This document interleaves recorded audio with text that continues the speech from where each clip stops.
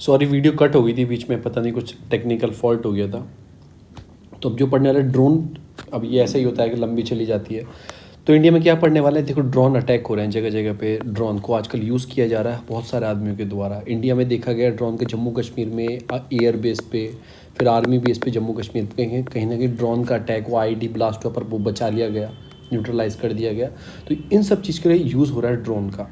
तो अभी हमारे DRD जो है, डिफेंस रिसर्च जो आपका डेवलपमेंट ऑर्गेनाइजेशंस है, तो उसने एक एंटी ड्रोन सिस्टम डेवलप किया है न्यूट्रलाइज करने के लिए जो ड्रोन के अटैक होते हैं। इसमें कुछ सॉफ्ट स्किल है, जो जैमर होगा, जैमर कम्युनिकेशन जो है, मतलब जो लिंक होगा रिमोट का उसका, उसको ब्लॉक कर देगा। और कुछ में हार्ड किल है। हार्ड किल का मतलब क्या, सॉफ्ट किल तो आपको पता लग गया। हार्ड किल है, लेज़र है उसके अंदर, जो लेज़र डिस्टोर कर देगी ड्रोन को, उसके ऊपर मार के उस लेज़र को। तो सिस्टम इज़ ऑलरेडी डेमोन्स्ट्रेटेड हो चुका है to the arm services and other internal security agency. Indigenous DRDO ने डेवलप किया है, काउंटर ड्रोन टेक्नोलॉजीज को नाम रखा गया है, और इसको ट्रांसफ़र भी किया है भारत इलेक्ट्रॉनिक लिमिटेड के साथ, ताकि साइमल्टेनियसली दोनों इस टेक्नोलॉजी को ट्रांसफ़र करके और डेवलप कर पाएँ, ईजी हो जाए। तो आपको याद रखना है। फिर उसके बाद मेंशन किया कि इन्फॉर्मेशन है shared with the ministry of defence in the written reply. मतलब ये तो नहीं पढ़ना, चलो उन्होंने लोकसभा में ऐसा बोला है। फिर एंटी ड्रोन सिस्टम है क्या, इट इज़ डिटेक्ट करेगा, दिखेगा अनवांटेड कोई ड्रोन, कोई अनमैन एरियल व्हीकल तो नहीं आ रहा है, UAV जिसे बोलते हैं, एयरपोर्ट पे इसको लगा सकते हैं, क्रिटिकल इंफ्रास्ट्रक्चर जहाँ पे वहाँ पे लगा सकते हैं, लार्ज पब्लिक स्पेस में, किसी स्टेडियम पे, मिलिट्री इंस्टॉलेशन जहाँ पे बैटल फील्ड में उसका यूज़ कर सकते हैं। नीड क्यों है, नीड तो इसलिए यही है कि टारगेट ड्रॉप सप्लाई, जो वेपन आजकल चल रहे हैं, बॉर्डर न्यूज़ पड़ी होगी, पाकिस्तान से वो ऊपर ड्रोन से भेज रहे हैं, इधर वेपन्स सप्लाई कर रहे हैं, तो उन सब चीज़ को टारगेट करने के लिए ये जम्मू कश्मीर पंजाब जो एकदम सिक्योरिटी कंसर्न्स वाला एरिया है, या फिर आप इंटरनल सिक्योरिटी में आओ तो आप उसमें भी यूज़ कर सकते हो ड्रोन का। नहीं, इसमें तो ड्रोन का यूज़ करना है, इस वाली सिक्योरिटी का यूज़, एंटी ड्रोन सिस्टम का नहीं। और भी जगह आप यूज़ कर सकते हो, इंटरनल भी यूज़ कर सकते हो नॉर्थ ईस्ट में, या फिर नक्सल भी यूज़ कर सकते हैं ड्रोन का, तो उसमें आप यूज़ कर सकते हो। तो anti drone system develop by the DRDO, ये डिटेक्ट, और इसमें जैमर होगा जो 3 किलोमीटर तक की रेंज होगी, और 1 to 2.5 किलोमीटर तक का इसमें डिपेंड होगा कि जो उसका वेटेज होगा ऑफ द लेज़र वेपन का, जो लेज़र आएगी ना, लेज़र उसके ऊपर जाएगी, उसे डिस्ट्रॉय करेगी। तो ये ऐसा दिखेगा कुछ, ये फिट होगा एक गाड़ी के ऊपर, तो ऐसा ये दिखेगा। जैमिंग कर देगा उसे 3 किलोमीटर, मतलब जैमर लगा के पूरे सिग्नल को स्टॉप कर देगा। उसके बाद इसमें से लेज़र बीन 2 किलोमीटर तक का उसको किल कर सकती है, kill the range more than the kilometre. तो इसमें है कुछ इसमें। तो आपको थ्रेट क्या है कि ये system can be identified drone threatening, ये सब चीज़ को आइडेंटिफाई कर लेगा, आपको काउंटर करने के लिए इफेक्टिव काउंटर है। जो ड्रोन आता है तो उसको इफेक्टिव काउंटर कर पाएगा। Drone system was first deployed to provide the security cover Indian Republic Day parade in this year, मतलब कि ऐसे भी इसको डिप्लॉय किया गया था। उसके बाद इसमें कि मोदी ट्रम्प रोड शो जो हुआ था 2020 में अहमदाबाद में, उसमें भी कहीं ना कहीं एयर थ्रेट के लिए ड्रोन इस वाली टेक्नोलॉजी का यूज़ किया गया था, वहाँ पे डिप्लॉयड इसको किया गया था। तो ये सारी चीज़ें हैं इसके अंदर। अब इसमें कुछ और भी चीज़ें, जैसे लाइन पूछे, इसका जो कवरेज होता है 360 कवरेज होता है 4 किलोमीटर तक पूरे एरिया में, और electro optical and infrared sensor होते हैं इसके अंदर जो डिटेक्ट करते हैं चीज़ों को 2 किलोमीटर के अंदर डिटेक्ट कर लेंगे। बहुत लंबी रेंज है, सफिशिएंट रेंज है, ठीक है। मशीन जो विज़न है, आर्टिफिशियल इंटेलिजेंसी का कुछ इसमें यूज़ किया गया है, जो कुछ प्रॉब्लम आए मतलब फॉल्सली उसको देख पाए। फिर एक आता है हर्ड इम्यूनिटी। क्या होता है हर्ड इम्यूनिटी, क्या होता है, 4 लोग हैं, मैं आपको एक एग्जाम्पल से समझाता हूँ। इसके अंदर वायरस है तो फैलने की संभावना 3 लोगों में है। देखो 3 लोगों के अंदर संभावना है। अगर 3 लोगों के अंदर हर्ड इम्यूनिटी है, ये इसके अंदर वायरस नहीं है, तो फैलेगा नहीं। जब तीनों के अंदर हर्ड इम्यूनिटी ऑलरेडी होकर निकल गया तो फैलेगा नहीं। इसे बोलते हैं हर्ड इम्यूनिटी, यानी कि नियर अबाउट 80 to 60-70% पॉपुलेशन को ऑलरेडी या तो वायरस होकर निकल गया, या आपने वैक्सीनेशन आप हो गए हो, तो आपके अंदर एक इम्यूनिटी डेवलप हो जाएगी, फिर चांस कम हो जाते हैं। तो ये बोला जा रहा है कि हर्ड इम्यूनिटी इंडिया में डेवलप हो गई है, तो उसके बाद ही वायरस को हम कंट्रोल कर सकते हैं, उससे पहले वायरस कंट्रोल नहीं होगा। मैं तो ये देख रहा हूँ वैक्सीन लगने के बाद भी, चाइना का ऊपर बताया मैंने न्यूज़पेपर में कि दोबारा से वहाँ पे होना स्टार्ट हो गया, पता नहीं क्या चल रहा है दुनिया में, कि डिक्लाइंड डिसीज़ कम हो जाती है, सब देखा जाता है। अप्रोच रिक्वायर होती है इसके लिए, वायरस को कम करने के, हर्ड इम्यूनिटी डेवलप करने के लिए। तो यही हो गया। अगर देखो 3 लोगों में नहीं है वायरस, 1 2 3 लोग, एक के अंदर वायरस है, तो फैलने की संभावना कितनी है, पॉसिबिलिटी ज़्यादा है। 2 के अंदर है तो फिर भी फैल सकता है। अगर 3 के अंदर हो जाए, 75% हो गया मतलब लोगों को, तो 1 लोग बच जाएंगे उसमें से। तो ऐसे एक हर्ड इम्यूनिटी कॉन्सेप्ट बनाया गया। फिर आता है पर फर्माफ्रोस्ट क्या होता है? Temperature that remain below the 0 degree Celsius more than 2 year, इसको बोलते हैं फर्माफ्रोस्ट। अब ये क्या फाउंड हुआ है स्टडी में, जो ये कहाँ पे पाया जाता है? जो आपका टुंड्रा और टियागा जो रीजन है, टुंड्रा मतलब बिल्कुल पोलर वाले रीजन, उसमें ये पाया जाता है, बिल्कुल सबसे ऊपर वाले रीजन। तो कुछ माउंटेन है, जैसे आपका DI सीतुसु माउंटेन है जापान के अंदर, एस्टीमेट लगाया गया है 21 तक, मतलब जब ये नेक्स्ट सेंचुरी आएगी तब तक उसका सारा वो जो फर्माफ्रोस्ट है वेनिस सब पिघल के एक तरफ हो जाएगा। तो ये भी एक खतरे की घंटी है ड्यू टू क्लाइमेटिकल चेंज। तो फर्माफ्रोस्ट की डेफिनेशन आप याद रखना क्या होती है। 0 डिग्री टेम्परेचर 2-3 साल तक अगर कंटिन्यू रहता है मोर देन 2 ईयर, तो उसे इस डेफिनेशन में रखा गया है। फिर गवर्नमेंट ने बताया कि सर्विस सेक्टर बहुत हमारा डेवलप कर रहा है, बहुत राइज कर रहा है, ऊपर चला गया, हाई क्वालिटी सर्विसेज जो रेस्ट ऑफ द वर्ल्ड को हम सप्लाई कर पा रहे हैं। फिर ये सारी कंडीशन है कि हेल्थ हमारी, होम डिलीवरी, टेलीकॉम टेक्नोलॉजी, बिल्कुल मैं रिवॉल्यूशन पीरियड है। कैसे रिवॉल्यूशन? आप देखो 2016 से पहले तो फ्री इंटरनेट नहीं था, आप 1 GB लाते थे 149 में, जो 1 मंथ चलता था बस। और आज की तारीख में 1 GB आपको कम पड़ रहा है। मैंने आपको एग्जांपल बताया था सुबह वाली क्लास में, मेरे सामने एक चाय वाला है शंकर रोड पर। तो चाय वाला वो क्या करता है, मतलब वो डेली उसे नेट चाहिए होता है, तो वो बोलता है भैया मुझे नेट कम पड़ता है। मैंने भाई तुझे पूछा कि नेट का क्या करता है? वो दिन चाय ना भैया वो रात को ख़त्म हो जाता है ये यार। वो देखो उन लोगों को 1 GB कम पड़ रहा है, तो आप लगाओ 1 महीने तक आप यूज़ कर सकते हो। तो एक रिवॉल्यूशनरी चेंज आया ना सर्विस में, हमारे सेक्टर में। कितनी आपकी जोमेटो, जितनी गिग वर्कर इकनॉमी कितनी ऊपर चली गई है, गिग वर्कर इकनॉमी कितनी ऊपर चली गई है। जो गिग वर्कर क्या होता है? फ्रीलांसर वर्कर भी इनको बोलते हैं एक तरीके से, कि अपनी मर्जी से काम करते हैं। ऑफिस से आए, ऑफिस से आप घर तक आ रहे हो, अपना ओला ओपन कर लो कि मैं इस रोड से इस रोड पे जा रहा हूँ, किसी को अगर मुझे ड्रॉप पिकअप करना है तो मैं कर सकता हूँ। तो एक तरह से गिग इकनॉमी कितनी बढ़ गई है। तो ये सारी चीज़ें हैं। देखो ग्रोथ तो हुई है, पर हमारा जो चीज़ें हैं सर्विस सेक्टर, वो जॉब क्रिएशन अच्छे से नहीं कर पाए हम, कि हमारी सब चीज़ में ग्रोथ देखी गई। इवन जो इंडिया है, ग्रोथ सर्विस सेक्टर की बहुत अच्छी हुई है, सिग्निफिकेंट हम एक्सपोर्ट कर रहे हैं सर्विसेज, उसका विदेशों में भी भेज रहे हैं। 38% के आसपास हमारी कुछ एक्सपोर्टिंग चीज़ें हो गई हैं जो हम विदेशों को सप्लाई करते हैं। तो हायर देन द चाइना, हम चाइना से अच्छी सर्विस दे रहे हैं। चाइना हार्डवेयर में, हम सर्विस में बहुत अच्छे हैं। उसके बाद Mexico, Brazil, closely to the ratio, UK और US भी हमसे थोड़ा आगे पीछे है, मतलब। तो हमारी सर्विस सेक्टर बहुत अच्छा काम किया है, मैं कहने वाली बात है, बिल्कुल है। अराउंड 1990 में देखो 0.6 था, आने वाले बस कुछ ही सालों में, 3 डिकेड के अंदर 27 सालों के अंदर ये देखो कहाँ पे पहुँच गया, आपका 3.6% हो गया सीधा। जो नेशनल अकाउंटिंग स्टेटिक सर्वे बोलता है कि एक तरह से प्रोडक्टिव सर्विस हमारी transport, shortage, communication, financial service, real estate, professional service together accounting 28% of total gloss value, GVA का 28% आती है, 4-5 ही। और आज की तारीख में अगर इसमें पब्लिक एडमिनिस्ट्रेशन और डिफेंस भी काउंट कर लो, रेलवे भी, तो कहीं ना कहीं 34 की फिगर बनती है। पर हम जॉब क्रिएशन नहीं दे पाए। क्यों नहीं दे पाए? सबसे बड़ा कारण है job creation, unskilled job seeker. हमारे जो अनस्किल है ना, देखो आपको सर्विस सेक्टर डेवलप हो रहा है तो कंप्यूटर चलाना आना चाहिए, बहुत सारी चीज़ें चलानी आनी चाहिए। तो पर हमारे अनस्किल लेबर है, ये बहुत बड़ा कारण है कि है तो पर जॉब नहीं मिल पा रही है, वो अनस्किल लेबर है। तो उसको हमें क्या करना है? स्किल। तो स्किल इंडिया प्रोग्राम लाए, मिनिस्ट्री ऑफ स्किल बनाई, स्किल इंडिया प्रोग्राम है, बहुत सारे प्रोग्राम लेके आए स्किल डेवलप करने के लिए, इसलिए ये प्रोग्राम लाए। तो ये कारण है कि जॉब क्रिएशन भी हम कर पाएंगे। फिर आया था कि इंडस वैली सिविलाइजेशन के ऊपर आया था, वर्ल्ड हेरिटेज में इसकी धौलावीरा जो साइट है गुजरात में, उसको ऐड किया गया है। ये रन ऑफ कच्छ के आसपास आती है, यूनेस्को की 40 ईयर इंडिया की साइट होगी यूनेस्को के अंदर।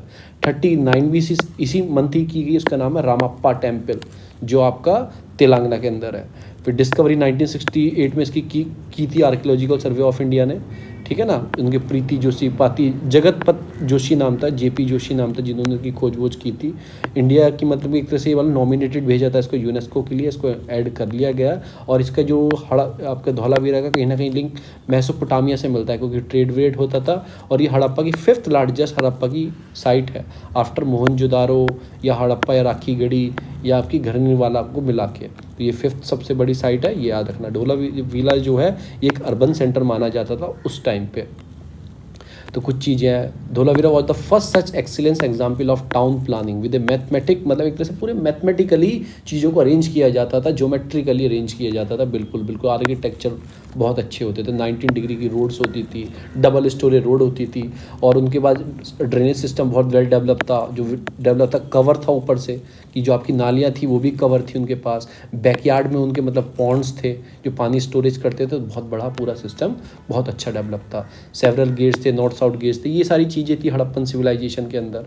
और भी बहुत सारी चीज़ों में रेसिडेंस जो थे पर्पस के लिए जो थे, आपके कास्टल बने हुए थे जो ऊपर रहते थे लोग, इंपॉर्टेंट लोग, सीटाडल्स बोलते हैं, देखो ऊपरी हिस्से में जो लोग रहते थे, मतलब थोड़ा ऊंचाई पे उनके घर होते थे, ऊंचाई इन द सेंस थोड़ा पहाड़ी एरिया, ऊपर से घर होते थे राजा के और नीचे प्रजा रहती थी, जनरल लोग रहते थे, ऐसा कुछ होता। स्टेडियम टुडे मतलब आज तारीख में मतलब ऐसे कुछ होता था। कार्ट रेसिंग होती थी, एनिमल रेसिंग होती थी, और रेस बाय ह्यूमन टू, आदमियों की भी रेसिंग होती थी।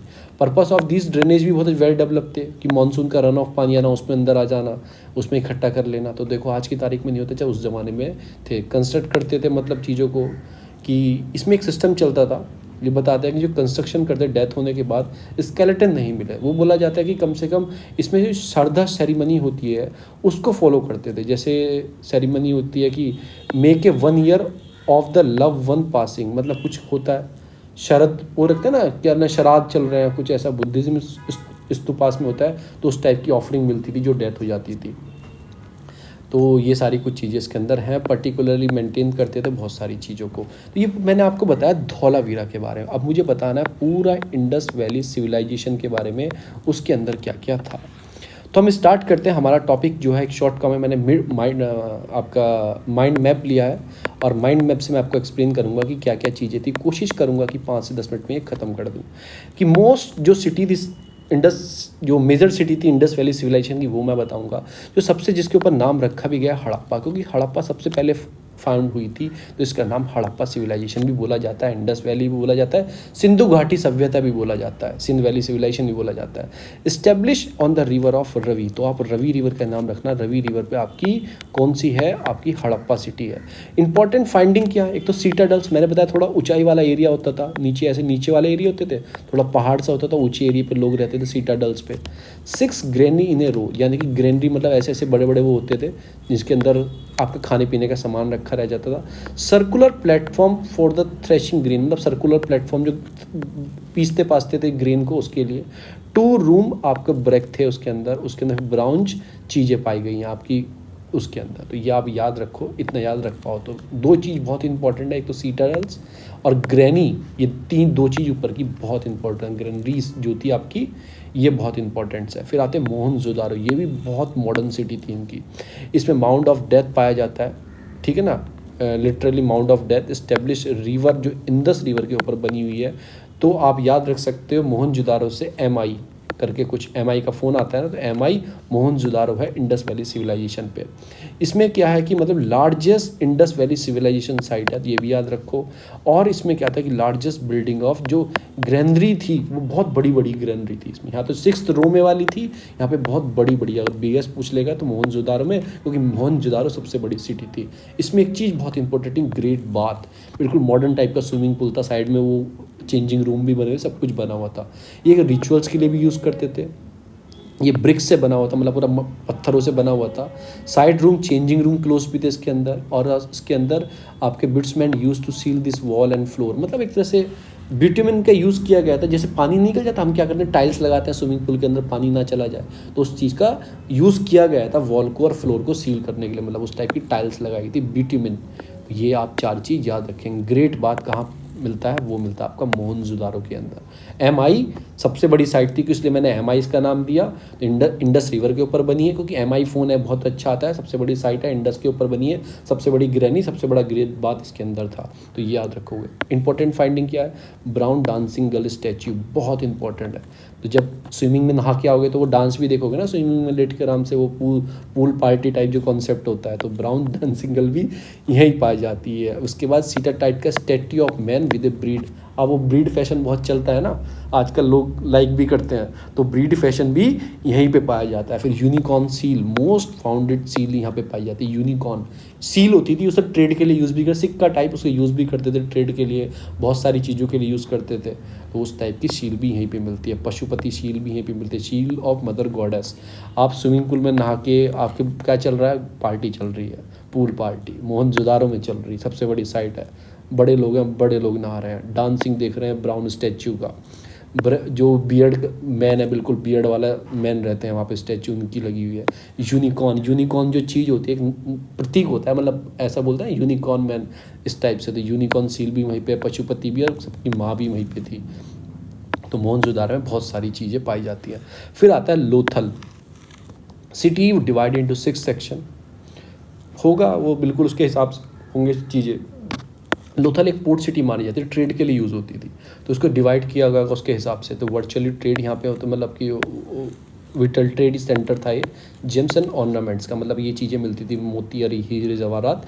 एंटर द, मतलब इसमें क्या होता था, entry to the houses with directly connected to the main street, तो ऐसा कुछ था। इंपॉर्टेंट फाइंडिंग क्या, राइस हक था, आर्टिफिशियल डॉग था, और इसमें जो आपकी बीट मेकिंग फैक्ट्री थी। तो ये आपको याद रखना, इंपॉर्टेंट नहीं है। लोथल जो है एक तरह से इंपॉर्टेंट ट्रेडिंग सेंटर माना जाता है। लोथल में वहाँ पे पोर्ट भी देखा जाता था, और यहाँ पे डॉकयार्ड थे, और बोट को भी डेवलप किया जाता था। ऐसे भी आप याद रख सकते हो, कुछ मैंने एक्स्ट्रा बता दी जो इसमें नहीं है। फिर आता है कालीबंगा। आपको एक काम करना है, कमेंट में इन साइड के नाम बताने, मोहनजोदारो कहाँ है प्रेजेंटली, लोथल प्रेजेंटली कहाँ है। मैं तो बता दूंगा, 1 मिनट लगेगी, पर आप सर्च करोगे आपको याद हो जाएंगे। कालीबंगन कहाँ है ये मैनी हाउसेस एंड वेल, एक बहुत सारे हाउसेस का वेल थे वहाँ पे, यहाँ पे बहुत सारे हाउसेस में। इंपॉर्टेंट फाइंडिंग क्या है, इसमें क्या मिलता है आपको, एक तो मतलब कि प्लेग, मतलब कि हल वाली खेती मिल जाती है। ब्रिक प्लेटफॉर्म टू इंडिकेटिंग ग्रेनीज, ठीक है ना। उसके बाद बोन ऑफ कैमल्स मिलती है। नो प्रेजेंस ऑफ बेक, मतलब कि वो जो ड्रेनेज सिस्टम है, और मतलब कि वो जो आग वाली मतलब ईंटें होती हैं जो आग में भून के आती हैं ईंट, बेक्ड ब्रिक नहीं थे इसके अंदर। तो आप कैसे सोच सकते हो कालीबंगन, पहले आप कालीबंगन की लोकेशन देखना। जब लोकेशन देखोगे आपको सब सारा डिज़ाइन समझ में आ जाएगा कि क्यों हल था वहाँ पे, इतना डेवलप क्यों नहीं था ड्रेनेज सिस्टम, क्योंकि एरिया देखना किस एरिया से आती है। कैमिल क्यों था, क्योंकि हल था वहाँ पे, इसलिए फील्ड के लिए तो कैमिल का यूज़ करते थे हम, क्योंकि हॉर्स वॉर्स का इतना पता नहीं था। ये भी एक कारण पाया गया है कि जो आर्यंस आए थे उनके पास हॉर्सेस का यूज़ जानते थे करना वो, इसलिए वो पूरे में इन्वेडेड कर पाए, मतलब आगे बढ़ पाए। फिर मतलब कि इंडिकेटिंग ग्रेनीज, मतलब जो ब्रिक प्लेटफॉर्म थे मतलब उसमें इंडिकेटिंग ग्रेनीज थी। तो कालीबंगा आपको लोकेशन देखना। फिर आती है धौलावीरा, जो मैंने आपको ऊपर पढ़ाई है। इसमें 3 सीटाडल्स मिले, वही सीटाडल्स वही ऊंचाई वाले एरिया जहाँ पे लोग रहते थे, ठीक है ना। Largest IVF site in India, not in Harappa. Harappa मैंने ऊपर बता दिया आपको। हॉर्स के रिमेन्स मिले हैं यहाँ पे, हॉर्स के रिमेन्स मिले हैं कि मे बी हॉर्स का यूज, सॉरी ये नहीं है, ये आपके सुका तादू में है, सुरको टाडा में है ये हॉर्स के जिसमें रिमेन मिले हैं। तो धौलावीरा को मैंने ऊपर भी थोड़ा सा अच्छे से बताया, और 2 दिन पहले भी बताया था जब इसको ऐड किया गया था। फिर आते चान्हू दारो। चान्हू दारो इसमें ओनली द साइट विदाउट सीटाडल्स, यानी कि सीटाडल्स नहीं थे, ऊंचे वाले प्लेटफॉर्म नहीं थे जहाँ पे किंग विंग या फिर रूरल वाले लोग रहते थे, मतलब जो रूल करते थे। तो वो सीटाडल्स सी से जो है उसमें नहीं रहते थे। आपको याद रहेगा, मोहनजोदारो कभी नहीं भूलोगे, पूल पार्टी यहीं होती थी मोहनजोदारो में, पूल पार्टी यहीं होती थी, बड़े बड़े लोग रहते थे, सबसे बड़ी साइट थी, बड़ी बड़ी ग्रैनीज रहती थी, ब्राउन गर्ल डांस खुद करती थी, तो उनके स्ट्रक्चर इसलिए ब्राउन गर्ल डांसिंग वहीं मिलती है। बियर्ड वाले लोग रहते थे, और इसमें से यूनिकॉर्न वाली सील रखते थे अपने पास, पशुपति सील रखते थे अपने आप के, और मदर ऑफ गॉडेस की सील भी वहीं पर मिलती हैं। तो जहाँ पे लोग होंगे बढ़िया वहीं पर मिलेंगी। तो ये हमने पढ़ा IVF। इनफर्टिलेशन वाली वो नहीं है, फर्टिलाइजेशन वाली नहीं है IVF, इंडस वैली सिविलाइजेशन है, सॉरी IVC है, मैं मजाक कर रहा हूँ। IVF मुझे वो याद आ गया, वो टेक्नोलॉजी है ना वो जिसके फर्टिलिटी मतलब ढंग से नहीं हो पाती, इस टेक्नोलॉजी का यूज़ करके। वर्चुअल फर्टिलाइजेशन क्या बोलते हैं यार, ठीक है चलो आगे चलते हैं। आगे आ गया सेंट्रल बैंक डिजिटल करेंसी। तो ये मैंने आपको पढ़ा ही चुका हूँ क्या क्या ज़रूरत है। आज मैं बताने वाला हूँ सेंट्रल बैंक डिजिटल करेंसी है क्या। Reserve Bank of India likely to be kick off the pilot project, वो स्टार्ट करने वाला है डिजिटल करेंसी का होल सेल में रिटेलर पेमेंट के लिए, ठीक है ना। तो उससे फ़ायदा भी होता है ना, आप डिजिटली पेमेंट कर रहे हो चीज़ों को, कैश नहीं रख रहे, तो वो टैक्स इवेजन वाली जो समस्या आती है, किस चीज़ की, टैक्स इवेजन वाली जो समस्या आती है वो कहीं ना कहीं ख़त्म हो जाएगी। एक तरीके से ब्लैक मार्केटिंग कम हो जाएगी। अगर आप बाहर कंट्री में जाओगे वहाँ पे बहुत अच्छा ऑनलाइन सिस्टम चलता है चीज़ों का, वो बहुत ही कम पैसे रखते हैं अपनी जेब में। अगर नॉर्वेजियन कंट्री में चले गए, नॉर्वे में चले गए, स्कैंडिनेवियन कंट्री में, वो तो पैसे रखते ही नहीं है बिल्कुल भी, ठीक है। तो ये रीज़न है। नीड फॉर क्यों है, ऑफिशियली डिजिटल करेंसी की reduce to the cost of currency management. पूरा करेंसी मैनेजमेंट करना फिजिकली फॉर्म में होती है, फिर वो 5 सिक्योरिटी गार्ड लाएंगे, उसे ले जाके लेके जाएंगे, बीच में छीन ली जाएगी, छापने पे पैसे लगेंगे उसे करेंसी को, तो एक तरह से कॉस्ट ऑफ जो चीज़ें हैं वो कम हो जाती हैं। India fairly high currency to GDP ratio थोड़ा बढ़ेगा। अनदर बेनिफिट ये है इसका कि यूजेज जो है रिप्लेस हो जाएगा सीबीडीसी में। The cost of printing, transporting, यही सारी चीज़ें, ये सब बढ़ेगा तो पैसा ही बचेगा हमारा। अब तुम एक गाड़ी में 2 करोड़ रुपये लेके जा रहे हो, 5 आदमी सिक्योरिटी कर रहे हैं जो महीने में 1 लाख रुपये लेते हैं। 5 आदमी एटलीस्ट 15-1 हज़ार तो एक लेता ही होगा, तो अप्रॉक्सी 1 लाख रुपये लेते हैं। तो 1 लाख रुपये आप 2 करोड़ की सिक्योरिटी पैसे को ट्रांसफ़र करने में लगा रहे हो। तो ये सारी चीज़ें, need for inter banking settlement जो आराम से कर पाएंगे, उसमें पैसे ले जाने की लेन देन नहीं होगी। अब what is the CBDC, national digital currency? एक तरीके से ये जो सेंट्रल बैंक डिजिटल करेंसी है, नेशनल डिजिटल करेंसी है, इस सिंपली डिजिटल फॉर्म में रहेगी। फिएट करेंसी मैं आपको एक्सप्लेन कर चुका हूँ, जो मैंने हिंदू वाला एक पार्ट किया था, ये 3rd पार्ट है। फर्स्ट पार्ट में मैं एक्सप्लेन कर चुका हूँ आपको जो फिएट करेंसी रहती है, क्या अंतर होता है फिएट में, लीगल में और इंटेंसिव वैल्यू में क्या अंतर होता है। कि प्रिंटिंग जो करेंसी होती है वो आपके माइंड कौन किया जाता है, इलेक्ट्रॉनिक चीज़ों में यूज़ किया था, पर ये इलेक्ट्रॉनिक टोकन होगा, इसको इजी यूज़ कर पाएंगे। कुछ रिकमेंडेशन आई थी SC गर्ग कमेटी की 2009 में, इन्होंने भी बोला था कि एनीबडी हु माइन, होल्ड और transaction deal with the crypto currencies any form. जो रिकमेंडेशन थी, जेल टर्म जो होगा 10 ईयर्स का होगा for exchange and trading in the digital currency. तो ऐसा था, रिकमेंडेशन दी थी इन्होंने। अगर कोई 2019 से बहुत करप्शन चल रहा था इस चीज़ को लेकर, तो इन्होंने बोला था, प्रपोज किया था कि मॉनेटरी जो पेनल्टी है up to 3 time that loss cause of the exchanger, कुछ भी है, बस नाम याद रखो। डिजिटली के लिए कौन सी कमेटी थी, SC गर्ग कमेटी थी, उनकी रिकमेंडेशन थी ये करने के लिए। कुछ चैलेंजेस क्या है, साइबर सिक्योरिटी सबसे बड़ा थ्रेट है, ऑनलाइन चलेगा तो कुछ भी हो सकता है। Lack of digital literacy, population में लोगों को मोबाइल चलाने नहीं आता, डिजिटल करेंसी क्या यूज़ कर पाएंगे। Introduce the digital currency also create various associated challenges पैदा होंगे। उसके साथ साथ ट्रैकिंग करने के लिए इन्वेस्टमेंट तो लगेगा ही ना। आपको ऑनलाइन चल रहा है तो उसके लिए आपको हैक करेगा तो उसके लिए एथिकल हैकर ही बैठाना पड़ेगा ना, तो इन सब चीज़ों को लगेगा पैसा। फिर ये भी सारी चीज़ें होंगी। फिर थ्रेट टू प्राइवेसी, अब लोग जितनी यूज़ करेंगे कुछ भी प्राइवेसी का इशू। आपको कितने पेटीएम के फेक मैसेज आते हैं, कितने आते हैं दिन भर में, तो इस टाइप के मैसेज पे भी आने लगेंगे आपको। तो ये सबसे बड़ा इशू है हमारे सामने। दूसरा आता है ट्यूबरक्लोसिस, ये मैं आपको ऑलरेडी पढ़ा चुका हूँ कि मदर जो इंडिया है सबसे बड़ा देश है ट्यूबरक्लोसिस का, फादर ऑफ ट्यूबरक्लोसिस, और डायबिटीज़ का ही फादर ऑफ डायबिटीज़ इंडिया को बोला जाता है। फादर बोल रहा हूँ, capital of the world, India is also diabetes capital of the world. और टीबी की भी इंडिया क्या है, कैपिटल ऑफ द वर्ल्ड है टीबी की भी। तो ट्यूबरक्लोसिस होती है एक बैक्टीरियल डिसीज़ है जिसको माइक्रोबैक्टीरियम ट्यूबरक्लोसिस बोलते हैं। लंग्स में इफेक्ट करती है, ठीक है ना, जिसमें ट्रांसमिशन होता है टीबी का, spread from the pupil to pupil through air. When the air with TB, ये आपको कफ हो जाएगा, ये हो जाएगा, ये सारी चीज़ होती हैं, और ये जम आपसे एयर से आपकी नाक के अंदर आपके लंग्स में चला जाता है। सिम्टम्स क्या है कि वही सब कुछ होना, आपको वीकनेस देना, वेट लूज होना, फीवर आना। ट्रीटमेंट क्या है, टीबी इज़ द ट्रीटेबल, एक तरह से क्यूरेबल डिसीज़ है, इसको आप ट्रीट भी कर सकते हो, क्यूरेबल कर सकते हो। इस ट्रीटमेंट 6 मंथ का होता है, कोर्स होता है। और फॉर एंटी माइक्रोबियल ड्रग, अगर आपको anti microbial drug resistant disease हो गई है तो that was the provide with information, supervision, support to the patient and health worker, train volunteers काम करेंगे उसके, ठीक है ना। फिर एंटी टीबी जो ये इसमें क्या है, मेडिसिन है, has been use dedicates and strain date to resistant, मतलब ये सारी चीज़ें से मेडिकल यूज़ कर सकते हैं। एंटी टीबी के लिए है वैक्सीन है, सब कुछ है, एंटी टीबी मेडिसिन हमारे पास है। हमारे पास एक प्रॉब्लम है मल्टी ड्रग रेसिस्टेंट, अगर आपको टीबी हो गई उसके साथ साथ मल्टी ड्रग रेसिस्टेंट हो गया, MDR वाली टीबी हो गई आपको। मल्टी ड्रग कैसे कि आप गोली तो खा रहे हो टीबी की नॉर्मल, पर आपको रेजिस्टेंस हो गई, आपके शरीर ने वैसी वो अपनी डेवलप कर लिया अपने अंदर, मल्टी रेजिस्टेंट ड्रग डेवलप कर लिया, अब टीबी की दवाई आपको लगी नहीं रही है। तो ये वाली टीबी हो गई, इस फॉर्म की टीबी को cause by the bacteria that do not response the, मतलब जो आप दवाई खाते हो, जो ये दवाई के 2 नाम है, आइनोयाजिड और आपकी रिफामापिसिन करके नाम है 2 दवाई के। ये एक पावरफुल डिसीज़ होती हैं, रिस्पॉन्स नहीं कर पाती हैं, तो first line anti TB drug देते हैं और ये भी काम नहीं कर पाती हैं। फिर ये भी जो MDR वाली टीबी है ये भी आप ठीक कर सकते हो, उसके लिए सेकेंड लाइन ड्रग का यूज़ किया जाता है। अब जो लास्ट में आती है सबसे खतरनाक, वो होती है एक्सटेंसिव ड्रग रेजिस्टेंट। ये MDR के भी बाप है, ये इससे भी ऊपर सबसे सीरियस वाली है। ये do not respond to modes of the effective second line drug को भी ये नहीं करती है। तो often the living the patient without any further treatment option. Jairam ji की भला हो जाता है उस पेशेंट का।